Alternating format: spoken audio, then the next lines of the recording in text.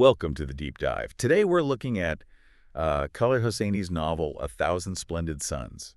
It's incredibly moving. It really is. And we're not just summarizing here. We're digging into why this book, based on, a really solid review of its impact and themes, gets called a heartbreaking yet hopeful masterpiece. Yeah.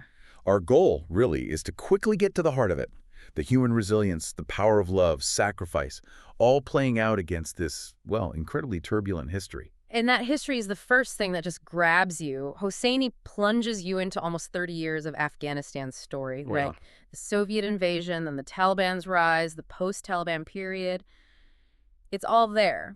But his real genius, I think, isn't just listing events. It's showing how these huge forces, war, patriarchy, just the basic struggle to survive, they don't just affect lives. Right. They fundamentally reshape them. Exactly. And that's what elevates it beyond just like a history lesson. Totally. He makes you feel it. You feel the direct impact of all that political chaos on ordinary people. Yes, that personal connection. So you grasp these complex times not as abstract events, but as, lived experiences. Intensely personal ones. It's really skillful, making the huge scale feel so immediate. Absolutely. And while that huge historical backdrop is, essential, the real emotional weight of A Thousand Splendid Suns comes down to the two main characters, Miriam and Layla. Their stories. Their intertwined fates. And they start off so differently. You have Miriam, whose life begins with just immense difficulty. She's an illegitimate child facing rejection, stigma. Right from the start, heavy burden. And then you contrast that with Layla. She's initially this, bright Kabul girl, educated, seemingly full of promise and hope for the future. Such different beginnings. But then fate, or perhaps tragedy, brings them together. They both become wives to the same man, Rashid. And he's abusive. Which sets up this potential conflict, this rivalry. Exactly. You expect rivalry born out of just desperation. But what actually happens is, it's profound. Their relationship transforms. Into sisterhood.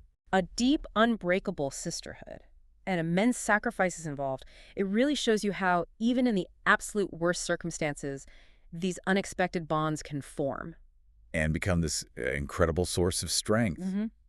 A lifeline, really. Now, this does bring us to a part of the novel that can be quite difficult for readers. The review points out how Hosseini really doesn't flinch from showing the struggles women face. No, he doesn't. Lots of freedom, the domestic violence, the social injustice. It's relentless.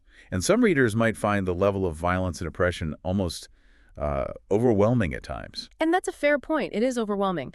But the review suggests, and I think it's right, that this isn't gratuitous. It's not just violence for shock value. It serves a purpose. Exactly. It's there to hammer home the harsh realities, to make you understand what people, especially women, endured under those conditions.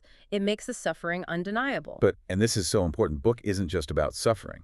That's where the hope comes in. Right. Because alongside that brutality, it absolutely celebrates their courage, their resilience. It shows how love, how solidarity provides this incredible strength against cruelty. That's the core duality, isn't it? The deep, profound suffering existing right alongside this powerful, astonishing resilience and hope. Yes, enduring hope.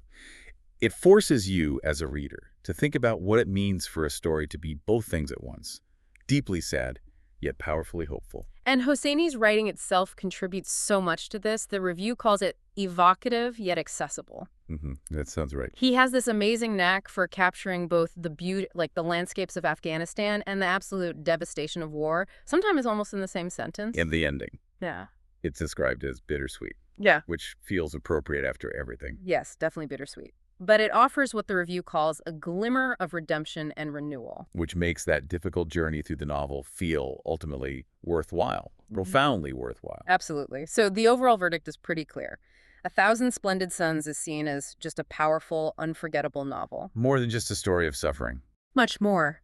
It's a testament, the review says, to love, sacrifice, and the indomitable spirit of women. It leaves you feeling, shaken, but also empathetic. And more aware. Aware of both the tragedy humans are capable of and the incredible beauty in our endurance. So when we talk about what makes a book a masterpiece, maybe that's part of it. I think so. That ability to confront the very worst, but also elevate the best of the human spirit.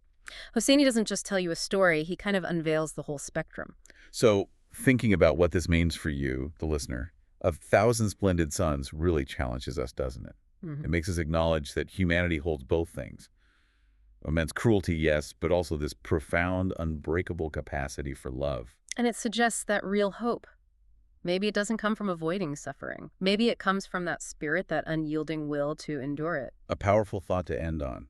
That hope isn't the absence of darkness, but the refusal to be extinguished by it.